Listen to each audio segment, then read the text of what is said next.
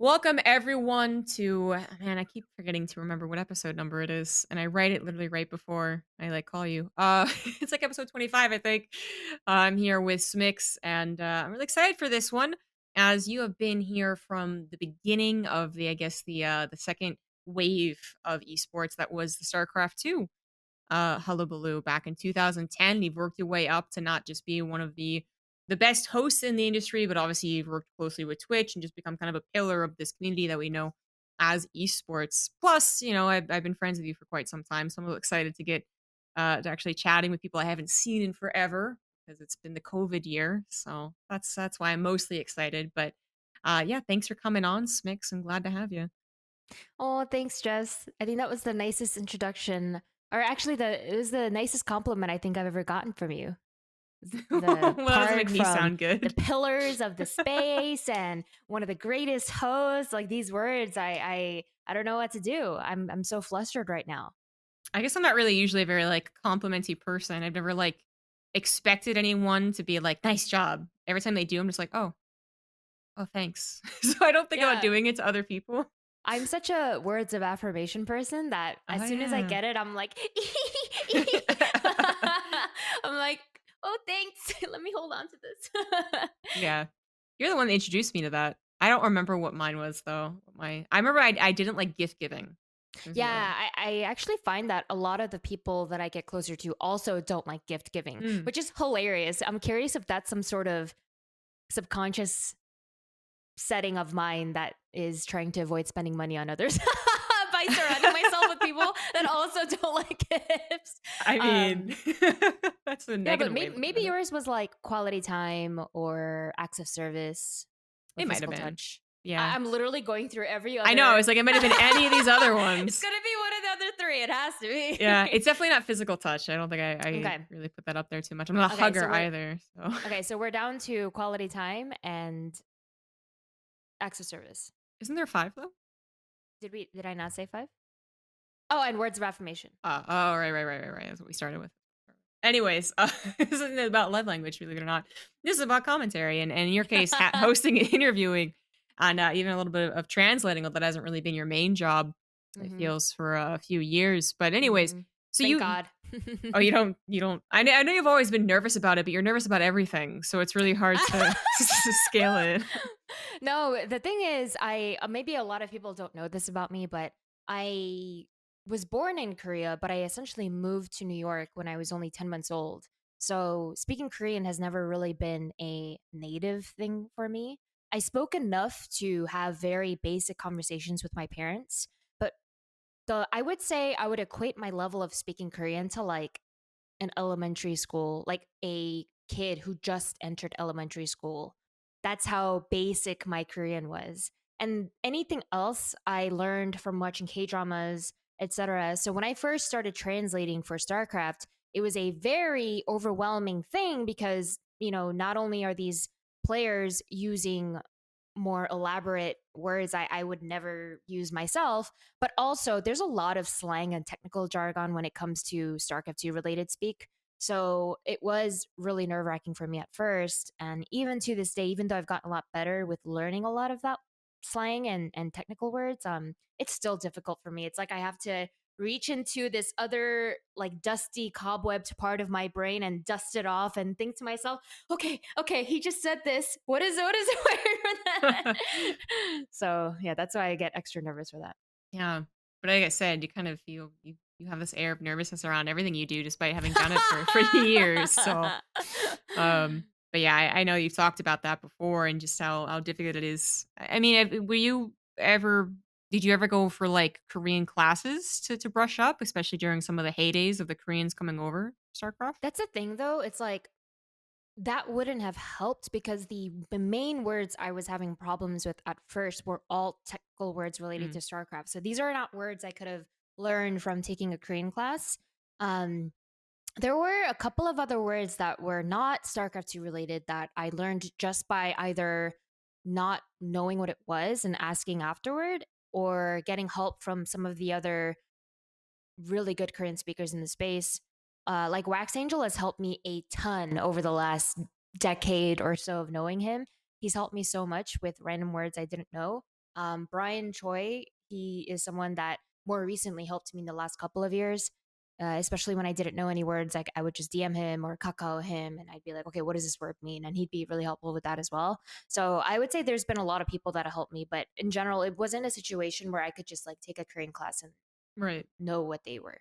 Yeah, I mean, that's gonna be difficult, but I guess then, well, the way you would do it maybe is watching, like, the Korean casters?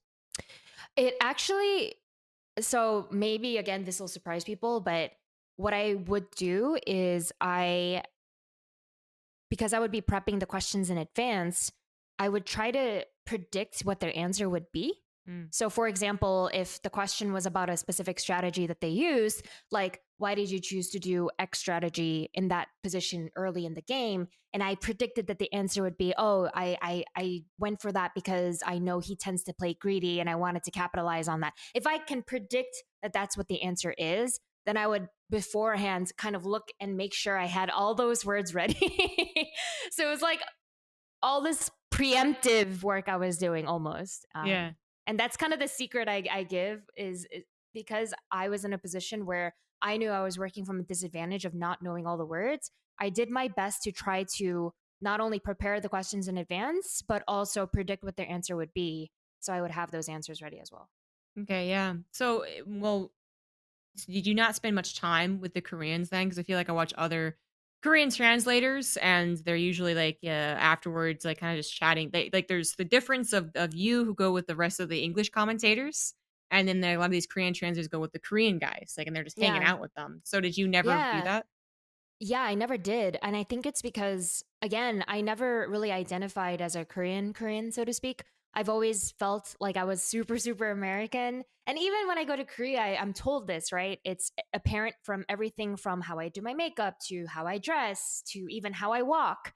My friend was like, oh, I could tell it was you because of you were walking weird. And I'm like, what do you mean? It's just how I walk. And she was like, no one in Korea walks like you. And I couldn't figure out what that meant, but okay. So it's like I reek Americanness in everything that I do, and I'm sure to a certain degree it's mental as well. But I, for the most part, don't like to go out of my way to speak with pro players. Not because I don't like them or anything like that, but I think I just have it in my mind where it's like in a tournament setting, especially if they are still playing, don't disrupt them. Like, don't bother them.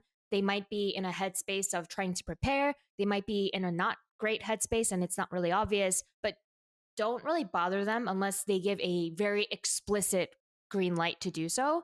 And because I was never sure, I always prefer to play it safe and not put myself in a situation where I'm potentially disrupting them in any shape or form. Yeah. Oh, I definitely get that. I mean, even being friends with some of these pros and pretty good friends too, and I'll still just be like, well, I'm not gonna go up there.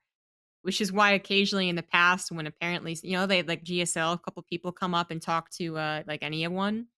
Apparently in the past there's actually been like people who just don't understand that, and they just freely walk up to these guys. And I'm just like, I can't even do it, and I'm like pretty close friends with some of them. Yeah.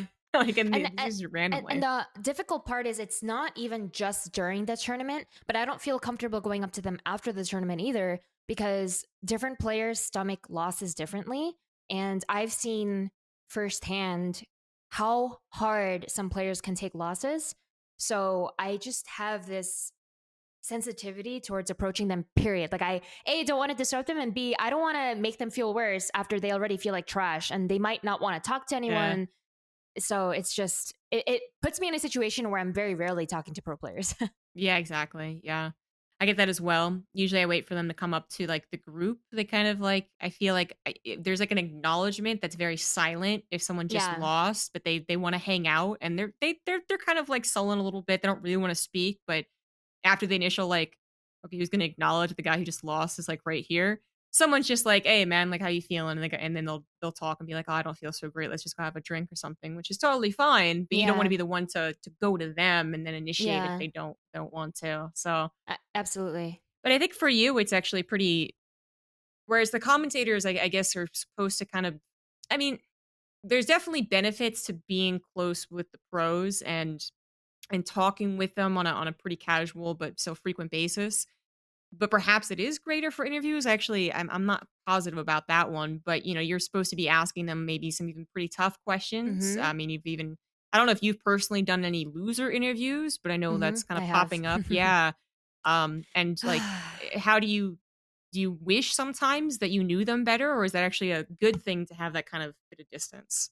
No, I think it's almost always better to know them better. I've I think if I look back on the interviews that I've done and that I've enjoyed the most, I always have a easier time both conducting the interview but also getting better answers when it's a player that I'm closer to. So, of course, in an ideal world, I wish I could be close to all of them so that these interviews I feel like there's less territory I shouldn't go near, so to speak, because the closer you are to someone, the more everything's kind of up for grabs, and they have that rapport with you that you can broach all sorts of topics. Mhm. So in an ideal world, of course, I wish I was closer to them, but it's like a balance of trying to respect them, and their space and their time, and not trying to force anything. Because I've seen that as well, where sometimes people can try to force a friendship, or force a level of comfort without taking the time to do it in a slower manner, and the player can almost retract more into their shell. So I've been playing it very slow and steady, and I would like to think that after this many years now, with the players repeatedly talking to me for interviews over and over again, it was a slower route, but I do think that they feel more, I would hope so, at least comfortable with me. Yeah, I think we've seen that a bit. I mean, some of Mm. it is them just getting older and I guess just more comfortable Yeah, by yeah, with yeah, themselves, but yeah. I think it is nice. I mean, I think, we think about maybe Sarah getting better at interviews, but I think Neeb is also one of the Oh, guys who. absolutely. It was so funny because back in 2017, 2018, 2017 Neve, 2018 Cyril, I was speaking with them all the time, all the freaking time. And I remember in the beginning, it was a struggle for me to figure out the best way to structure the interview so that they stopped feeling uncomfortable with the more feelsy, vague questions. And I quickly realized they feel way more comfortable with the technical, strategic questions. So it was this struggle of like, okay, there are still times I need to ask a feelsy question Mhm. depending on where they're at in the event. I can't just only ask strategic questions if they're in the grand finals. Like that's insane. So it was a struggle, but I am now at a point where I feel like both Neeb and Cyril give great interviews. They've come out and blossomed out of their shells so beautifully. It makes me so happy. Yes, it does, yeah. Neeb being a little bit, even tongue in cheek at that GSO versus the World interview, I was like, "Oh, he's changed." I Uh. know, it makes me so happy. Oh, it's great. I feel like a mother. Hmm. So anyways, but, like, would you say that you got into esports because of your translating or because of your interviewing? It was the translating for sure. Okay. I mean, it was the first stepping stone, right? Mhm. I got into StarCraft because of TeamLiquid.net back in 2009. And I remember at the time, I was watching all this content that was being put up online, like the MSL group selections, which MSL used to be one of the big individual leagues that was happening back in the day with StarCraft 1, BroodWar.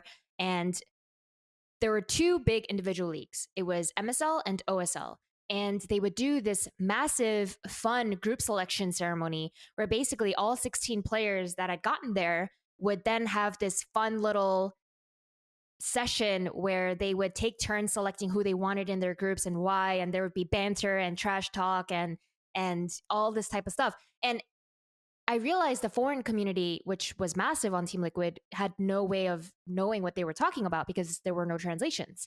So I was like, oh my God, that's such a shame that the foreign community doesn't know what they're saying, because I actually think this is so funny. Let me just go ahead and do this. And I had no idea how long translating takes. No freaking idea. I just kind of went in and I was like, let me do this casual 2 hour long VOD translation. And it took me forever because, of course, I had to stop and like look up words. And it was 2 hours, let alone sometimes even just doing a written interview that's only a page long takes me an hour sometimes. So you can imagine how long this took. But I posted that, and that was my first ever post on teamliquid.net, was a MSL group selection translation. So that was the first step to what happened to today. So, you were in a Brood War. I don't think I actually knew this so much. Well, how much were you into Brood War? Were you a gigantic Bisu fan? You know, No, I Phaedon wasn't a hero? Bizu fan. I was actually a Flash fan. And I know a lot of people are like, oh, of course you like the best player ever. How surprising. No, but the reason is I feel like I become a bit of a fan of whoever is starting to dominate or starting to really pop off when I start watching something. So, for example, when I first started watching StarCraft 2, I was an MMA fan because that's when he had just won MLG Columbus and he used Blue Flame Hellions and was killing everything. And I was like, oh my God, this is amazing. And then and back in Brood War, when I first started, oh my God, I head butted or chin butted my microphone. I apologize. When I first started getting into Brood War, Flash was starting to dominate. And it was really cool because he was this super young kid on the block. And obviously, people knew he was talented, but it was like, oh, okay, but like, how good is he really going to be? So I kind of watched his transcendence from cool new kid on the block to, oh my God, they're calling him God. Mm. So that's why I was a Flash fan. So what year are we talking about here that you got a Brood War? 2000, early 2008. It was like January of Uh, 2008. and how did you get into it? I was in Korea for the first time as an adult. After I was born there, I didn't actually get to go back until I was 18. So I was in Korea and I was insanely jet lagged and I couldn't fall asleep and it was like 3 a.m. And I was flipping through channels and I don't know if this is normal, but I swear to God, in Korea, if you flip through the channels at like 3 a.m., there's a lot of raunchy shit out there. And I was like, oh my God, I was like so caught off guard. And I was like, what's going on? And I'm like awkwardly fumbling with my remote as I'm trying to find something safe to watch because I was also sharing a room with my aunt and I didn't want her to wake up and be like, oh my God, my 18-year-old niece is a pervert watching porn on my television. So I was like, oh God. And then I found StarCraft and I was like, whoa, this is the game my brother used to play when he was in middle school. And my brother used to play Zerg and just Zergling Rush every game. And I watched him enough to be very familiar with everything. Like I understood the concepts of the three races and the different strategies you can use and bloody bloody blah. Well, not the depth of the different strategies you can use, but I understood the concept of like cheesing. So when I found this pro channel, I was like, whoa, what the hell is going on? Is this like a professional thing? Like, is this like a sport, but like for StarCraft? And it was this mega boom in my brain, and I couldn't believe what I was watching. So when I came home from Korea, I was like on Google and I was like, StarCraft forum. And I was trying to find if there was like an online place where I could watch it. And then I accidentally discovered Team Liquid and I was like, whoa, what is this? I'm not alone. There's like thousands of other people out there that also want to watch this, even though it's in a language they cannot speak. What? And that's kind of how it all started. Dang, I didn't realize it went so far back. So you posted the translations. I mean, did this directly lead to you getting any? Not even I know jobs isn't really a thing, but getting asked to go to an event to do this. Yeah, absolutely. It was totally tied together. So after I did like a year of voluntary translations, Team Liquid had this thing called like a star, which only people who earned it in some shape or form got stars. Oh, you mean on the forums? Yeah, Oh, it I was like know what a you're it was like talking about. a star badge, and I Yeah. got I got a star, and I was like, which is so funny because as soon as I got it, I like burned out and stopped translating. But anyway, I think by that point I had solidified myself as like a member of the community that has helped contribute in some shape or form. Mhm. And fast forward to like 2010, at this point, I was like deeply ingrained in the Team Liquid community. I was friends, like a lot of my close friends online were the Team Liquid guys, and we would all hang out and like play together and chat together every single night, blah, blah, blah, blah. And then by then, StarCraft 2 was coming out and live tournaments were being organized in NA. And when they were looking for potentially, people to translate for these Koreans who, guess what, they still couldn't speak English. No way. They were asking Team Liquid, and at the time, Kennegat, who was one of the moderators for Team Liquid, was like, "Hey, maybe you should ask Smix. She's done translations for us on Team Liquid. Perhaps she could do it live." And that one recommendation kind of like was this chain series of events where the first event that I think I officially live translated for was IPL 3 in Atlantic City. Okay, cool. Yeah. And actually, I don't remember the order of IPLs to be honest. When they released, Mm-hmm. I was into MLGs for certain, but Mm-hmm. I really started getting into esports personally more around the well, late 2010, but it was released in late 2010, like early 2011, I guess, which Mm-hmm. now doesn't sound like a very late process, but then at the time felt very Mm-hmm. late. So, yeah, I don't remember when that was. But anyway, so you got there and you did some translating. I mean, did was this just like a steady income of not income again because I don't know if you're being paid, but influx of gigs? Did you go to just multiple events afterwards? What was your first like Yeah. official? So before the IPL 3 event, I was still going to events. Like I went to MLG. So to give you a timeline, IPL 3 was October 2011. And Mm. then prior to that, I had been to MLG Raleigh Oh, okay. just as a fan. That was the only event I went to as a fan. And then after that, I started going to events being hired.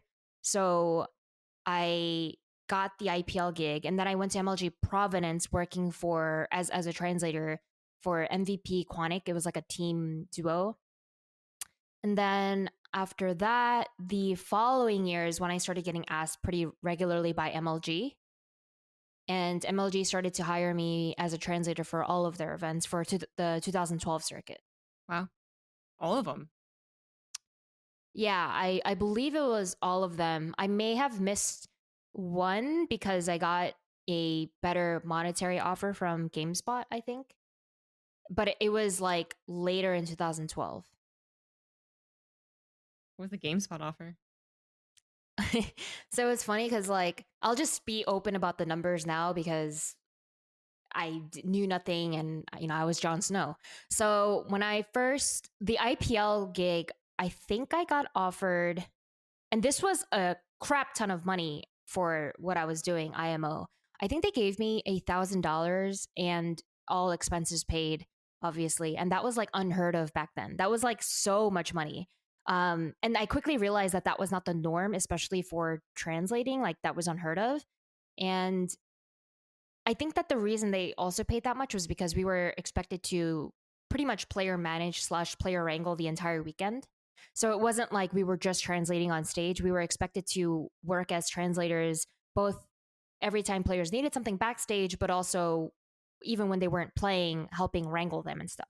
Um, but then the MLG offers afterward, I think I got, oh yeah, the Quanic offer, I think I got paid $200 or 250 plus like flight and accommodations, and like that became what I realized was more normal.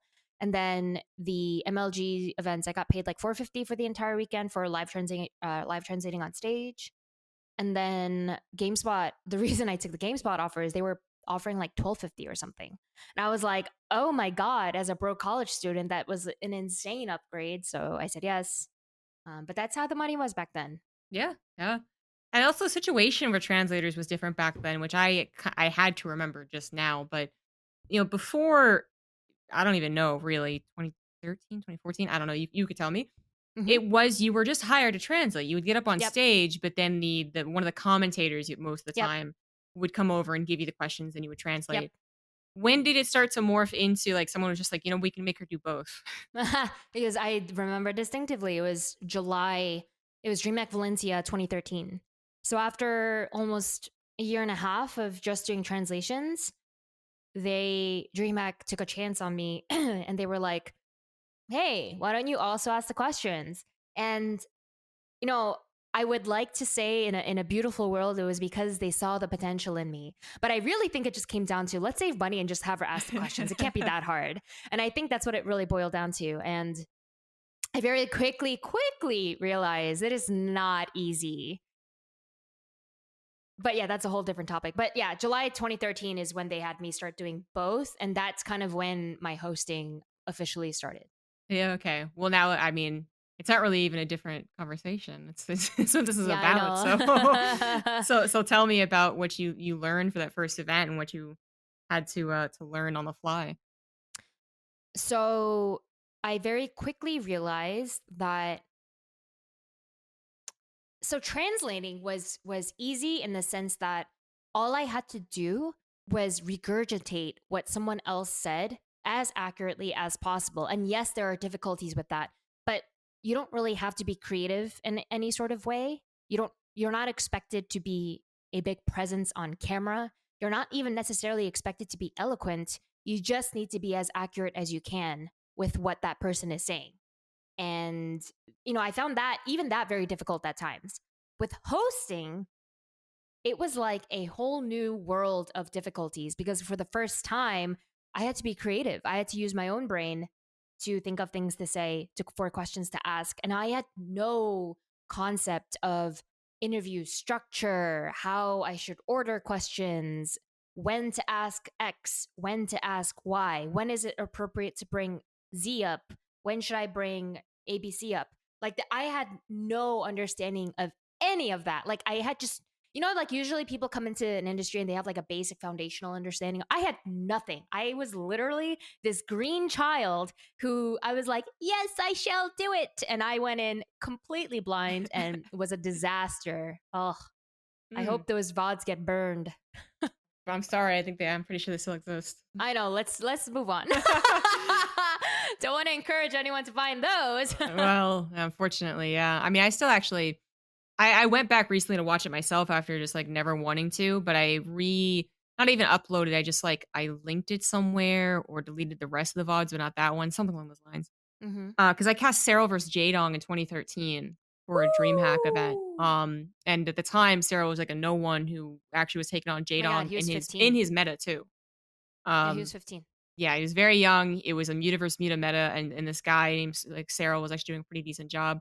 I went back and listened to it, and I was just like, thank God, like this isn't really looked at very much. I mean, my Oh I was using like a God. headset mic, and oh my God. Anyways, I understand the feel. So I thought that was actually a pretty cool point of history. So I didn't want to delete it. Mm. Anyways. So you went into this completely green. So did you just think it was going to be like, we're talking like literally the hotel, you're getting dressed and you're like, this will be fun. No, I was nervous. Oh, okay. There was never a point at which I thought this will be fun. It was more like, okay, I understand something massive has been asked of me. What can I do to try to live up to this expectation? And I really I wasn't naive. Like I went in knowing I knew nothing. It was just funny that the more I worked and the more I learned, the more I realized how nothing I knew. Does that make sense? Like I didn't Yeah. realize the extent to how little I knew. Like I knew nothing, but I didn't realize the scale of which I knew nothing until I started to learn more and more and more. And each event I worked, and each event I kept getting little tidbits of feedback here, here, here. Hmm. The more I was like, wow, not only did I know nothing, I knew fucking nothing. Like, wow, had I known the Mount Everest of nothing I knew, maybe I would have reconsidered. No, I don't know. I don't mean that. I don't believe in regrets, but I almost think it's a good thing I didn't realize the extent to how little I knew. Otherwise, I think I would have thought twice about just simply saying yes. Um, but I said yes because I was just honored to participate in what I saw as such a prestigious event and have the opportunity to help contribute towards an amazing broadcast in any shape or form. I was like, oh my God, if I can even help a little bit, I'll feel so cool. Yeah. So, with that done, did this lead into more offers pretty much immediately? Yeah, so basically, I think DreamHack thought to themselves, okay, she wasn't good, but she wasn't an absolute train wreck, so let's keep hiring her. I think what I had going for me is I mean, it was so fucking obvious how nervous I was. I remember after I got off the first day of hosting, I was so nervous that I couldn't eat. Like I legit was so nauseous all day. I could not eat a single meal, and I had 6 Red Bulls because I couldn't sleep the night before either. And back then, there was no flying in 2 days beforehand to get you accustomed to. No, no, no, no, no. You flew in like the day before, and then you had to go live the morning after. So you would fly in and you're like jet lagged, and then you have to be live on broadcast 12 hours later. Um, so I was jet lagged. I was nauseous. I couldn't eat. I had 6 Red Bulls. So you can imagine the shakiness. Like, if you watch the VOD, I swear to God, you can see my hand trembling. And it was from a combination of nerves and also the fact that I had 6 cans of Red Bull coursing through my blood. But I remember this so clearly. Both Carmack and Rotterdam DM'd me. Mhm. and they were giving me advice because I think they could clearly see like this poor girl has no idea what she's doing. Let's offer some hopefully good advice to guide her because she's so lost. And I'm still thankful that they did so. I mean, they didn't have to, right? But yeah, they both reached out with some advice. I was just so bad. Mhm. At this point, were you friends with most of the commentators, or were you really just feeling like still like a tag along? I felt like an ultra tag along. I felt like I was the only person that didn't belong. Not because they ever mistreated me or anything like that, but you can imagine as a newcomer and someone who clearly feels like they haven't mastered their craft at all. Like the word master is just not even in your head at this point. The word is more like let's not fall on my face. Let's not fall on my face. And then I enter the lobby and it's like tasteless and artosis and it's like names that I've heard back in the BroodWar days. Like, oh my god, I'm working with them and they're perfect. And every time they're on camera, they're like shining stars. And meanwhile, it's me and I'm like a trash can cosplaying as a star. So that was my mindset of like, oh, I really don't belong, but let's just try to do my best. I have so much to learn and I'm in good company to do that. So let me just try to watch them and learn as much as I can and ask questions where I Do you remember any specific moment where you actually felt like you were part of the crew? can. Dude, I swear to God, it didn't take until probably wasn't until like after 2015, like maybe like 2016 or 2017. No, that's No, 2017. I'm not joking, dude. It took that long. Again, I want to emphasize this wasn't because they did anything wrong or anything like that. I think it took that long for me to feel like I deserved to be there. That's why. Up until that point, I felt like I was not living up to what I like, even like a personal standard I set for myself. And I'm not saying after 2017 I fucking turned into a phoenix and I was like, oh, I'm fucking perfect. No, no, no, no, no. It was more like after that point, I felt like I had at least made enough progress to not feel like I was a disgrace. But I think until the years between 2013 and like 2016, 17, I was so unhappy about the work I was doing that I think because I couldn't get over that, I never felt like I belonged. Wow. Yeah. I just can't believe it's 2017 because that was the year I did BlizzCon with you. And at that point I remember you being pretty much integral to the broadcast and being very friendly with everyone there. So I was like, it can't be 2017. I mean, I was friendly with everyone, but that doesn't mean I Huh. felt like an integral part myself. Mm. That's so weird. I would say that people started thinking of you as a integral part of the StarCraft 2 scene probably more around 2015, if I had to guess.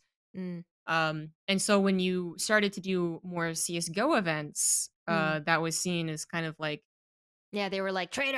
yeah, yeah, yeah. There was the whole betrayal, and the StarCraft 2 Yeah, scene doesn't like when people leave us and all that good yeah, stuff. yeah, But yeah, it definitely was sad. And every time that you weren't doing the hosting, people were questioning why not, yeah. because Mm-hmm. you were also one of the. It felt like you were one of the last ones to even move on, actually. Where Mm. Seltzer had moved on and Red Eye had moved on and Cobra. Shout out to Cobra. By the way, Chobra has I moved just want on. to say something because I remember the first event that I did CS, or one of the first events that I did CS and Chobra did StarCraft. It wasn't my fucking decision, dude. Dreamhack was like, hey, can you do CS? Because we would really like Chobra to do StarCraft. And I was like, Ah. oh, the community is definitely going to be seeing me as like a fucking traitor. Is it possible? And they were like, no, it's like one of the only opportunities we have for Chobra to do something for StarCraft. We'd really appreciate it. I remember this. It was DreamHack Austin 2016. Yeah. Yeah, I remember that as well.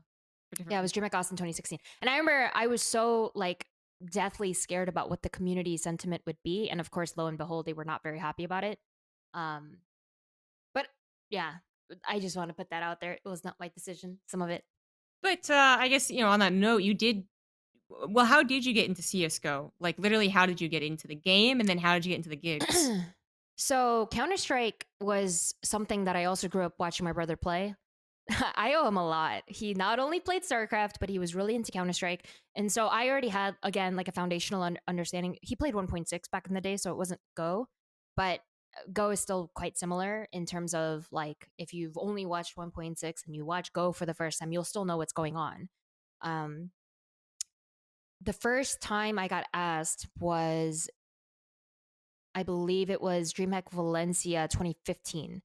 And the way that it worked and the reason I said yes was because they wanted me to host for 3 different events at the same time that weekend. And I don't remember how the timing worked out, but it did. It was StarCraft, Heroes of the Storm, and Valencia, lol, CSGO. And they wanted me to work all of StarCraft, including the finals. And then they wanted me to do just the finals for, I think, Heroes of the Storm, and then just the finals for Counter Strike. And so that was my first entry into CS. Huh. Why did they do that? I think I think they were trying to save money, to be honest. Well, yeah, I guess. I think they didn't want to hire like an extra host for these things, and they were like, just have Sue do it. We've worked with her, and That's I so think weird, they, though. I think they really liked me as a person, and they were like, we're used to working with her. She's not like perfect, but just plop her there. And at the time, CS was at a point where it was growing massively in size, but it wasn't nearly close to its apex of popularity that would be a huge risk for them to do so. It was Okay. like, if there's like a graph of Bitcoin value, it wasn't nearly at its apex. It was like right there, I would Okay. say. Yeah. Yeah, Yeah. yeah, yeah. So Gotcha. that's why they took the risk. Not the 20,000 it was like a couple days ago. No, no, no, no, no. All right. Yeah. But I mean, I still think it was kind of weird, though. Because especially for, I would expect for heroes, they would have had someone from the scene. The heroes actually pretty good about taking people from the community because, well, I think it's because it was basically one of the first esports to be released out this idea of esports, you know? Yeah, again, that tournament happened before they fleshed out an Mm, entire crew of talent for heroes. So okay. I happened to enter at like this opportune moment where there was like no fleshed out talent for either this or this, and they were like, plop, Sue. That's so weird. That's so weird. I would have expected Yeah. CS:GO at least to have it. I mean, I know a lot of those guys were watching StarCraft towards 2010, but I my perception of it was that they were all at least playing it and getting popular and kind of, waiting patiently and then it exploded. But I guess it worked out perfectly for you. So you never really had to have this fear that you were taking someone else's spot, which I feel like can No. happen nowadays. Yeah. Back when I first began working as a host for Counter Strike, there really wasn't a designated host, which again, I think when a lot of times when people talk about their journeys of getting to where they are, they always say it's a combination of like hard work, luck, work ethic, stuff like this. Luck for me, I feel like I was always at the right place at the right time. Like I started working CS events right when there was a big dearth of established just stage host talent, typically up until that point, because again, CSGO up until that point hadn't been that as massive as it eventually became. It was usually the casters that just did the interviews. Like it was like they pulled the analysts or the casters, and those were the guys that did it. Um, and then of course they had established desk host talent, but they didn't have that one person to work as a stage host. So I came in and I did that event, and then they were like, "Oh, she can do it. Like she did her research and blah blah blah blah." So I began to do all of the other CS:GO events Dreamhack produced as well. Yeah, that's so amazing to think of when you compare it to, I guess, the amount of people and the skill of the people who are doing the stage and desk hosting now, right? Like, I there's so know, that's what many. I'm saying. That's how bad it was that they were like, "Yep, Sue, let's use her." So when did you kind of have a basic understanding of the game, sure, but I mean, how quickly did you have to turn around on knowing the scene for that gig? Yeah, that was really hard. I knew the game well because I was actually playing a lot of it in 2014. Like that used to be pretty much all I streamed back in 2014 when I used to stream. So I was very familiar with the game, but I had never watched the pro scene. And I was fortunate in that my now fiance and I were getting closer at the time, and he really drilled me and coached me on a lot of the scene because he was a former pro player that was playing for one of the top teams in the world. So he was extremely familiar with all of the teams, all of the players. And I remember the day of, he actually he was like, "Hey, come with me." I was like, okay, what are you doing?" And he was like, "Just come." And I was like, And then he went and introduced me to all the players. And I'm literally standing there like, "Nice to meet you." And in my mind, I'm like, "What the fuck is he doing? These pro players don't give a fuck about who I am. Stop it, stop it!" Like I felt so awkward. But he's just so nice, and he had such good rapport with the players that he didn't see any problem with doing it, and I'm sure they didn't mind either. But in my little fledgling eyes, I was like, "Stop!" But I'm glad he did. Yeah, that's really cool. Was there Yeah. a lot of prep work? Did you have like a I system? did. I actually had a notebook that I probably still have somewhere, but I filled up like 10 pages of notes. I just wrote down all of the 8 teams that were there, their names, obviously, who was the star player. I wanted to have the foundational things about each team written down. And because I'm someone who learns really well, but even just the act of writing it down helps ingrain it into my head. So I would write down, who's the star player, who's the opera, who's the in-game leader, who. I'm getting into technical things now, but I would write things like that down. And then more overarching things like over the last 12 months, how has this team been performing? Who is this team's rival? Do they have any rivalries with certain teams? Are they in a slump? Are they on the rise? Things like this. Okay, yeah. That sounds like pretty good prep. And then did you find yourself more nervous or less nervous or same nervous? I was nervous, but it was helped by the fact that I was actually hosting with James Duffield, who is actually someone who used to work at Twitch as well at the time, but he did a little bit of on-air talent work. And so because we were kind of splitting the attention, Mm, I felt a little less like all the eyeballs are on me. yeah, yeah. And that helped me a lot. Okay. And to stick on kind of the same subject, you recently did a Valorant gig. I don't know. Am I skipping any big esports that you've done between that and Valorant? No. Okay. All right. Yeah. So you And recently did before there is, and I'm like, I just don't remember you. maybe. But you- Oh, wait, how could I forget? I also did a Heroes of Newerth event. oh wow. I hope you got paid lots of money for that. That was also an event where Dreamhack plopped me. Yeah, no doubt. They plopped me, and I remember there was like a Han forum, and they dubbed me the Asian female interviewer lady. It's so just the ingenuity of Twitch chat, right? Like You know, calling. I didn't mind though, because I think there was no lower third, so they didn't know who I was. They were just like, "Oh, it's Oh, this Asian okay. female interviewer Well, later." all right, that's Yeah, fair yeah, yeah, enough. exactly, exactly. Yeah. All right.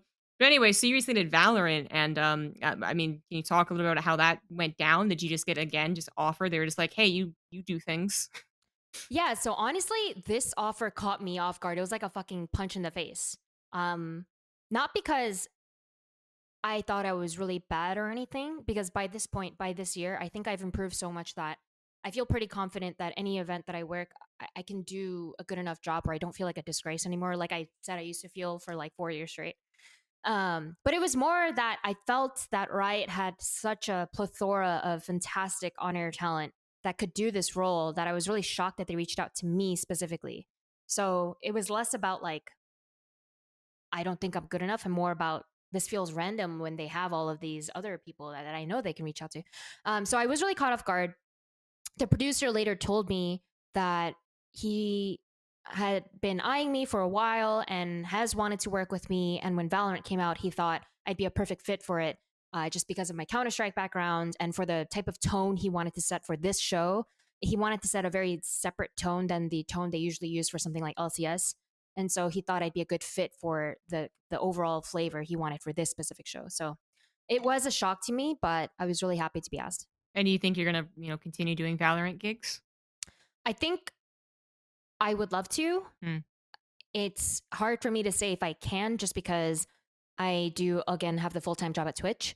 But I let them know that I would absolutely love to be a part of any events that they do in the future, as long as timing works out. Yeah. It's still pretty cool. I mean, it makes sense. I feel like they are trying to make it established as a CS:GO competitor more than anything else. Even though it is also like kind of like a team arena thing as well with all the spells. Mm. So I do think that they fit it pretty well.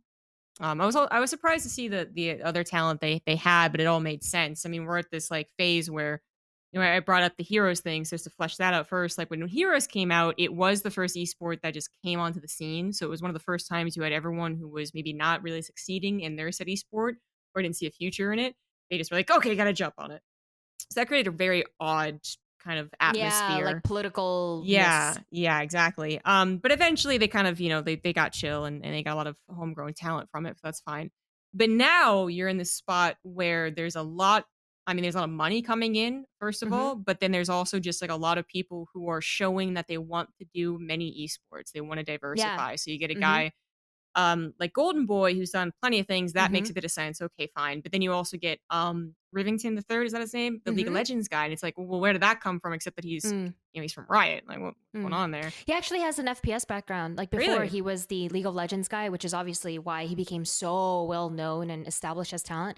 His background is FPS. Okay. It's just he's been in the scene for so long, and when he first started out, much to no one's surprise from how things were back then, he wasn't a big guy. He was just a guy who had passion like anyone else. But it wasn't until the leak stuff that I think his name really got put out there. But Yeah. he actually loves FPS, and I think he's ecstatic to be able to return to his roots. Oh, that's very cool then. Yeah, I didn't know that. Mm-hmm. But Mm. those are things that I don't know, but it probably being Yeah. talked about a lot behind, when they're actually choosing people. So I think they did a really Yeah. great job. I watched a decent amount of it. I like watching other esports and the pageantry and how they set up and what their casting is Mm. like. So, anyways, I just wanted to kind of throw that in there while we're talking about getting on to new esports, but to work more on the hosting role. I mean, I want to make sure I don't miss stuff that I already know about you, and the people might want to know. So you are still pretty darn nervous, if I may say so, for you when it comes to these live events, and you're constantly asking questions. I mean, do you ever feel like do you ever I mean, I don't know if you ever talk to these other, interviewers and hosts. Do you ever feel like you need to be so much more prepped, or have you kind of like gotten comfy in your role, just kind of acknowledging that these other people are going to be able to tell you better things? Wait. Re-ask that question. Have you gotten comfy in your role as someone who's not expected to be an expert, so you're constantly I asking see what like you're the saying. casters instead, Mm-hmm. or do you still kind of wish that you could put more time into being, an analyst yourself? I've definitely gotten comfy as someone who I don't think you, or not just you, but whether it's someone that I work with in CS or someone that I work with in Valorant, I don't think anyone across those three games that I've worked in would ever expect me to be an expert. And I don't expect myself to ever be an expert. Like, I will never play StarCraft at a master's level, not unless I put in extensive time toward it. And I know I just won't. I will never understand Counter Strike and the depths of strategy that are, being played out on a map like an analyst does who used to be an IGL for a team. I will never understand the executes being done in a Valorant map the way that Sean Garris does because he plays the game at Radiant level. I fully acknowledge that, and I think it's important to understand your strengths and weaknesses. That is not going to be one of my strengths, and I think that's fine. I think as a host, your job isn't. I mean, yes, if you do happen to understand the game at that level, that's fantastic. That can be one of your unique strengths that you can Mhm. bring to the table in your interviews. But usually in my interviews, I focus less on the strategy anyway. I'll bring it up where relevant if we saw something crazy that happened, or if we saw something or are going to be seeing something that's a little bit different. But typically, the way I like to structure my interviews is not with strategy as a focus. So, in my own case, I don't think it's a huge deal. And that's why I think I feel comfortable reaching out to you or the other analysts that I'm working with for questions, because I know you guys have that as a strength, and I don't feel uncomfortable Yeah. tapping into that strength and getting sanity checks from you guys. Do you ever talk to the other hosts and interviewers that do they actually show a preference for perfecting their role in a particular scene, or are they kind of in agreement with you that they shouldn't be an analyst anyways? And that's a good question. I haven't talked to them specifically about it, but I just observe. Hmm. So I'll observe how people conduct interviews in League or how people conduct interviews in CS. And I also see they're not leaning into understanding the game at 100%, but they don't need to, right? That's the thing. It's like, I think a lot of people may have a misconception that everyone that works on our talent need to understand the games inside and out. And the truth is, like, that's never going to be the case. Like, not even the best analysts are going to be able to understand the game like Sarah ever does, right? We can get close, and some people are going to get closer than others, but like, you should spit in my face if I ever say, oh, yeah, I know exactly why Cyril made that move, Yeah. So even when I look at other hosts and interviews specifically in other sports, oh, sorry, not sports, other esports, I notice they do the same thing where they focus more on the larger storyline versus the strategy that just happened in the In a similar vein, what about being a part of the community then? Like, how much do you see game. it that you have to prove yourself to any communities as you come in as You a know, host? that's such a funny thing that you say that. I do think that's one of the pitfalls people can fall into. And I say this as someone who did the same thing.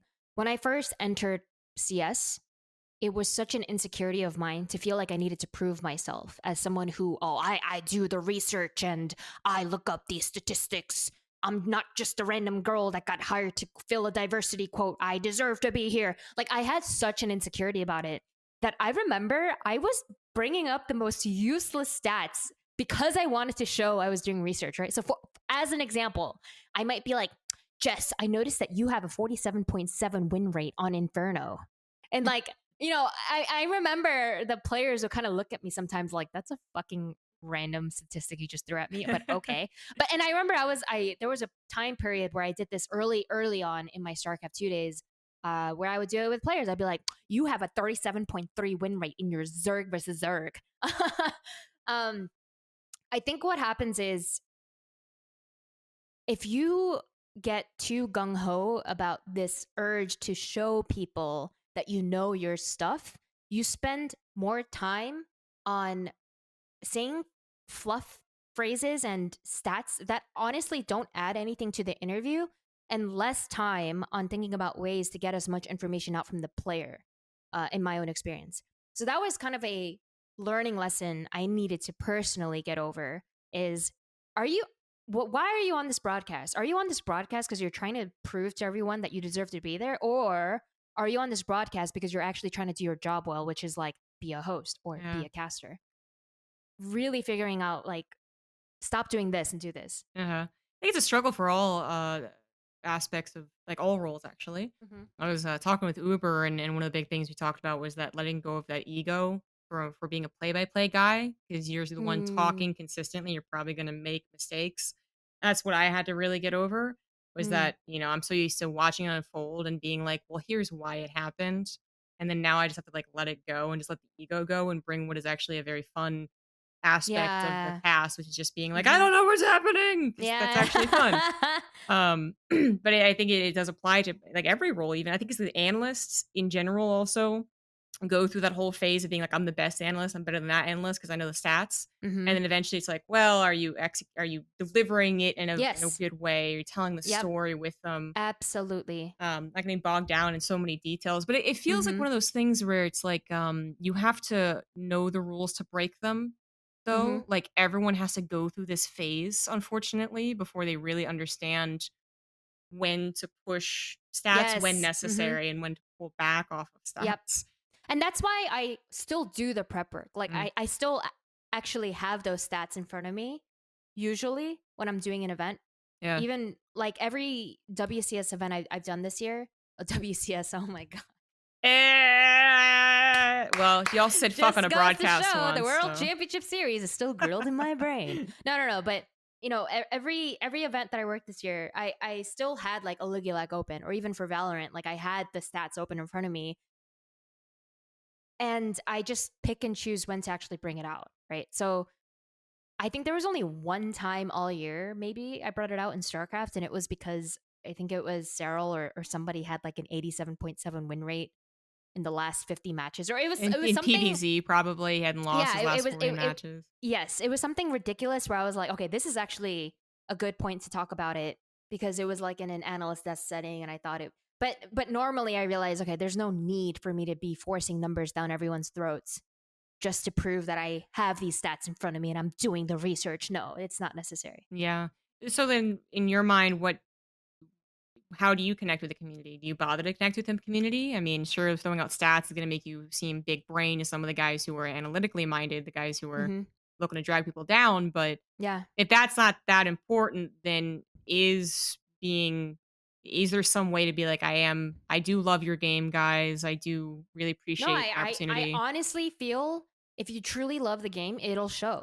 Mm, Um, like for example, I think I'm sort of an odd case in the StarCraft 2 talent that we have, where I am not constantly streaming StarCraft 2. I am not constantly casting over the different various events that's happening. I'm sort of this anomaly where I just come in for some events and then I And fly you out, out. literally or figuratively or metaphor or whatever you want to say. So I'm kind of an anomaly, but I think the reason I've been able to retain my status, so to speak, not just because of whatever talent I've built up over the years, but I do think I can deliver a level of authenticity of interest in what's happening via the players or the tournament or where we're at, no matter what game it is. So whether it's Valorant or Counter Strike or StarCraft, I have a genuinely vested interest in what is happening. And I think that I can convey that on camera. And I think if you can show that this isn't just a 9 to 5 for you, like you're coming in and showing up and how do you feel? Thank you so much. Back to you, Jess. You know what I mean? Like, I think if you can show a genuine vested interest, in my case, in the player that you're interviewing, Mhm. that's that's what you can do to show you're a member of the community. That you're not any different from the person watching at home that wants to know the answers to these questions. Yeah. Um, Yeah. And I guess it all goes back to story. I mean, if you're mhm. genuinely interested in this player's story or the team's story, you're going to ask the question that the fans are also going to be like, "Oh, thank God she asked. I was thinking the same Yeah, thing." exactly. Yeah, I think that's pretty important. So recently, you also got to do. So when we say hosting, it's we use the term kind of for everything, but Yeah, it's loose. so you mostly are a stage host, and then you're on stage interviewing as well when you do that. But you recently got to do more of a desk host role for the online, EPT. You almost made me say WCS, man. But yeah, your EPT. So how was that transition? Did you know it was going to be difficult? Did you think it was difficult? Did you not wanna do it that much? So I do find desk hosting 10 times harder Mm, than interviewing for a variety of reasons. Interviewing is something where I think because I'm a naturally empathic person, it just comes a little bit easier to me anyway. It's like a one-to-one conversation you're having with a person. I have time to prepare and think about what are the best 4 questions I can possibly ask, and given this moment in time that we're at in this tournament, there's just so much prep work I can do for a desk segment. Yes, you can prepare like a skeletal outline, but otherwise, like, you're kind of roaming free and you're kind of leaning on these 2 other people or sometimes 3 other people to really give you something to work off of. And sometimes you don't really have to do much. You literally just have to turn the car left once, and then the car starts driving itself, and then you kind of turn the car right, and it starts driving itself. But sometimes, like, you have to do everything. You have to press, like, you have to turn the radio on. You have to like just change shifts. You have to. So I quickly realized with desk hosting, there's a lot more CPU usage going on in my head. I guess, yeah. Yeah, I'm at like 95% and the computer starts overheating. Just kidding. Um, it's just very difficult because you on the one hand have to keep in mind where you're at in terms of the schedule, like what do I have to talk about next? Oh, there's this graphic coming up next, and it's coming up in about 2 minutes. So if Jess is talking now, that means Ravi is probably going to talk next, and I have to time this so that like I'm thinking about all of these things, Wow. um, while trying to ensure the conversation sounds floating, like flowing, Yeah. and has some structure and isn't this loosey goose going nowhere conversation. Yeah, and that you aren't parent you're not a parent in that you weren't quite listening, you were thinking, I think Yeah. can It's be difficult. this. Um, Yeah. yeah, it's definitely I think we're very different people in that aspect, I think. Because I see you also, like, do these preps, and I could definitely see doing it more so for the hosting, so I'm talking about literally going out on stage and saying, "Welcome crowd to Mm-hmm. IEM 2017," or whatever, right? I could see it kinda doing for that. And I've seen you do it, and I've seen you pace back and forth and just, like, say the same thing over and over again, Yeah, like a which crazy is actually the version, yeah. first thing that I did when I did the hosting, That's ghosting, yeah. for the first season. That was the first instinct I had because I did felt very nervous, and I was like, "What does Sue Because do?" it's And I new, right? was yeah, and that was actually totally bad for me. Mm-hmm. I didn't I I actually realize it's bad for desk hosting as well. I stopped doing yeah, it for desk hosting and I okay. only do it for stage stuff. Okay, yeah. Well, maybe it is the difference there because I've never tried any Yeah. stage I, I hosting, think but I think stage hosting just feels more like theatrical almost. mm, okay. And I do feel like I have to lean into almost like a different side of me that's extra Extra. versus desk hosting. You can just be yourself, right? Yeah, yeah, Especially for absolutely. an online broadcast. So I stopped doing rehearsing and lines for desk hosting, but I probably would still do it for stage stuff. Okay. And do you see yourself, like, pushing the desk host job anymore? Like, if you were offered a gig offline for it, would you try it? For StarCraft, yes, but I probably won't be asked just because there's a big dearth of Yeah. StarCraft 2 events. But if another EPT came up and they wanted me to desk host, I'd be open to exploring it. If that was the only way I could be part of it, which is what happened in this case this year. Right. Um, for Counter Strike and Valorant, quite frankly, they have a plethora of desk hosts to lean into, so I don't think I would be asked. But if I did get asked, I'd probably say no, just because I'm kind of at a point now where I really have to pick and choose the events that I do. I think in order to be a desk host that I don't feel like I'm letting people down with the quality of my performance, I feel like I have to spend more time working at it. And because of the full time job I have, I don't really have that time to invest right now.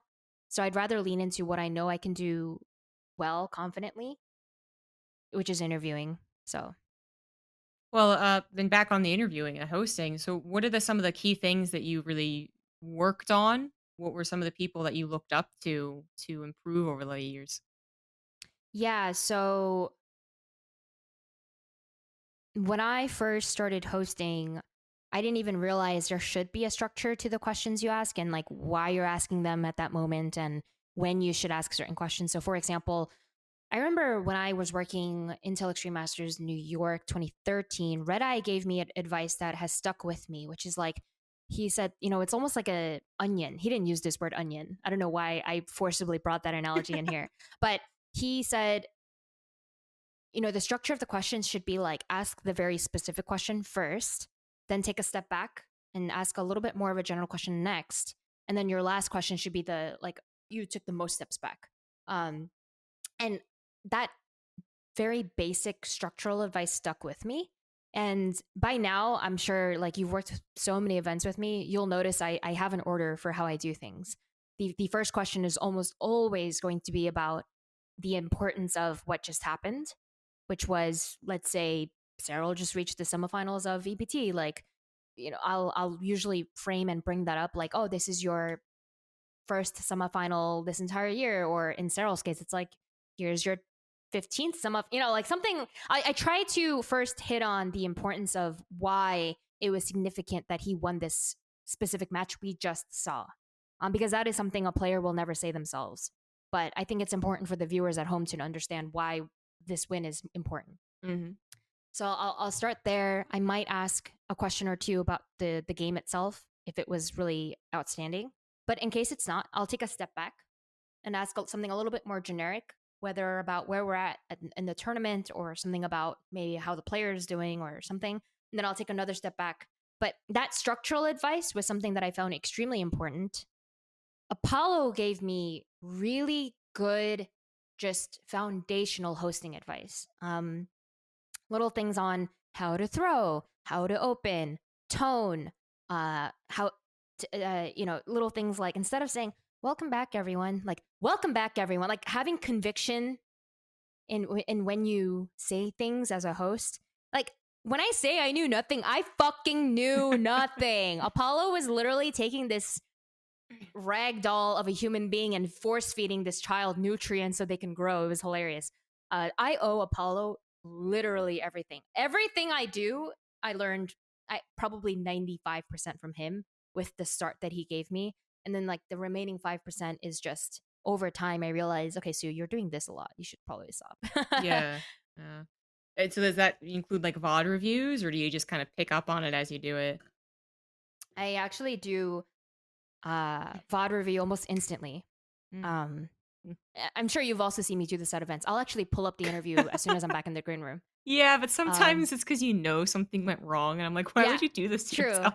No, but like even when I think it went right, I watch it again anyway Eh. because Again, I'm not someone who does on-air talent work naturally. Like, it's a very much consciously working on improving and putting this brick here and this brick here, and not everyone is that way, but it is for me.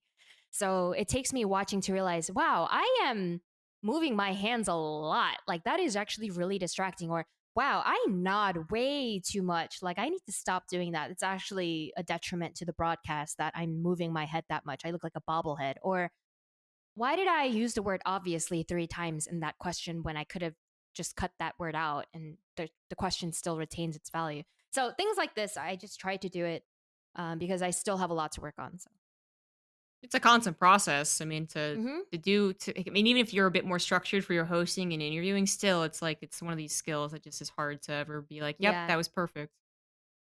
yeah, Very rarely. So now, like, I mean, so many years later, I mean, so many gigs later, and such a hmm powerful position in esports, you're now more so seen as someone who's a mentor as opposed to someone who's a mentee. hmm I knew you're gonna do that, but it is true. People really look up to you when if you're like um, saying like if Smix offers you advice, then you should really take it type thing. Where if it's some Joe Schmo, then who really cares? But I mean, do you when you have you ever done that to anyone else? Have you ever, I guess, paid it forward after Apollo tried to help you out? Have you ever watched these other posts and been like, "Oh, they did that wrong. Should I go reach Mm. out to them?" It's really funny that you say that because I didn't ever think I could be someone that could give advice until someone asked me for advice for the first time. And I was like, you want me to give you advice? Like, that's hilarious, but okay. Uh, for me, it's like I won't go out of my way to give advice to people just because it can be offensive, Yeah. like to just cold reach out to someone like, hey, by the way, you fucked up, bitch. Just kidding. But it's just I think the best way to absorb advice is when you're openly seeking it yourself. Um, to kind of get cold advice from someone you don't have established rapport with, that just feels awkward. Like, for example, if Apollo reached out to me today and gave me advice, that I welcome that because we have established rapport. hmm But if random Joe Schmo from other community who's watched me host for the first time gives me advice, I'm immediately defensive. I'm like, this is the first thing you're ever going to say to me is like Yeah, this. yeah, So I think there's a time and a place, but I always welcome, like, if anyone were to go out of their way to reach out to me and say, hey, can I get advice for this thing I did or, why thing I did, I'm always happy to help there. yeah. And what do you see when you watch these other hosts? Maybe not the ones who are on the same level doing like all the major gigs, but if you've ever watched any of like more of the B streams, C streams, what do you see as the most common problem you see in them that you were doing yourself years ago? I think that you can segment problems into buckets. I think the most obvious problem that even Joe Schmo who knows nothing about broadcasting can notice is like technical polished problems, right? hmm So like that's the bucket where even if I know nothing about broadcasting, I can tell if that person stuttered or I can tell if that person flubs their words. So and I say this as someone who's also struggled with this particular bucket for my entire career of hosting because I'm not naturally well spoken. And it's so funny because I've actually found that one of the ways I try to combat the lack of well spokenness in myself is you're gonna be like, "What the fuck, Sue?" I move my mouth weird. So okay, Okay, okay. so as an example, I'll be like, yeah, like my mouth will start doing weird gymnastics.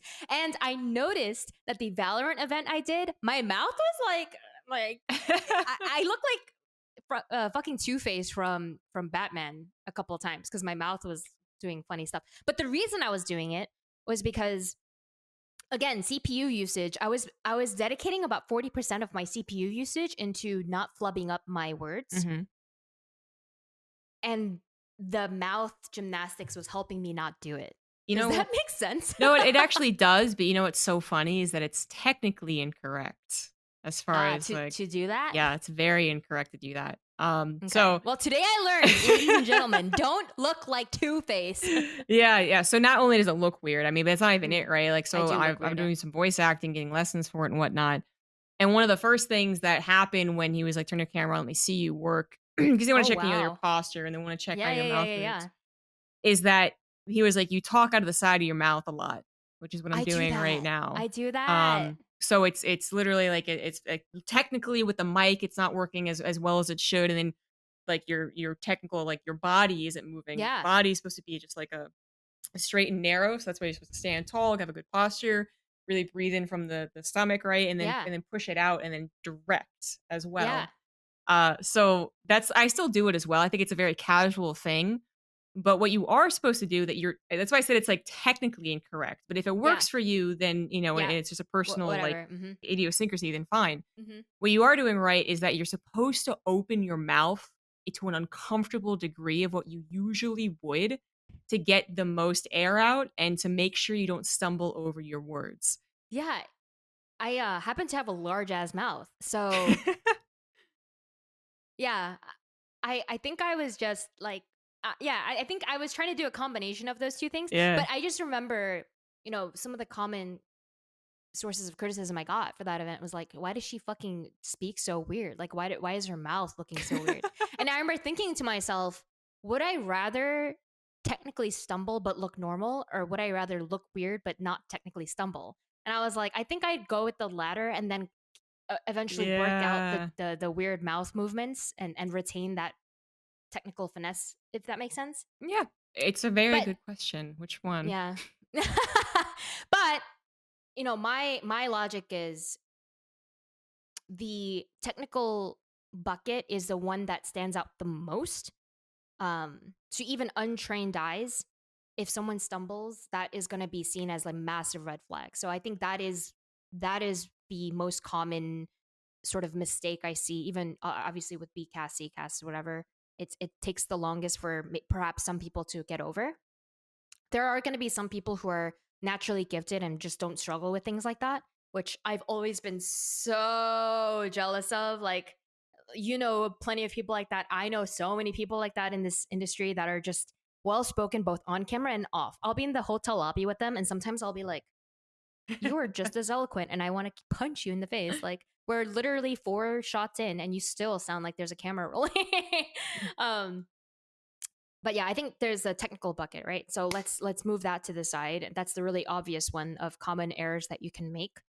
I think the other error is, again, um lack of awareness. So like, not either not paying attention to the people you're working with, whether it's a co-caster, whether it's the other people on the desk or whatever it is, uh or just like not being aware of how you're coming across. Because again, I see this so often when someone looks like they're trying to prove something. They're trying so hard to look like they know their stuff, and let me show you how much I know my stuff. Okay, look at my arsenal of research that I've done. Let me just show you. Okay, this is page number 1. You ready? Okay, now this is page no. Let me finish this last point. Page number 3. Okay, look how prepared I am. And it's like, no, that's like, showing those 3 pages actually did nothing for this broadcast. All it did was show that you're really desperate to show why you deserve to be here. But like, just by doing that, you're showing why you don't deserve to be.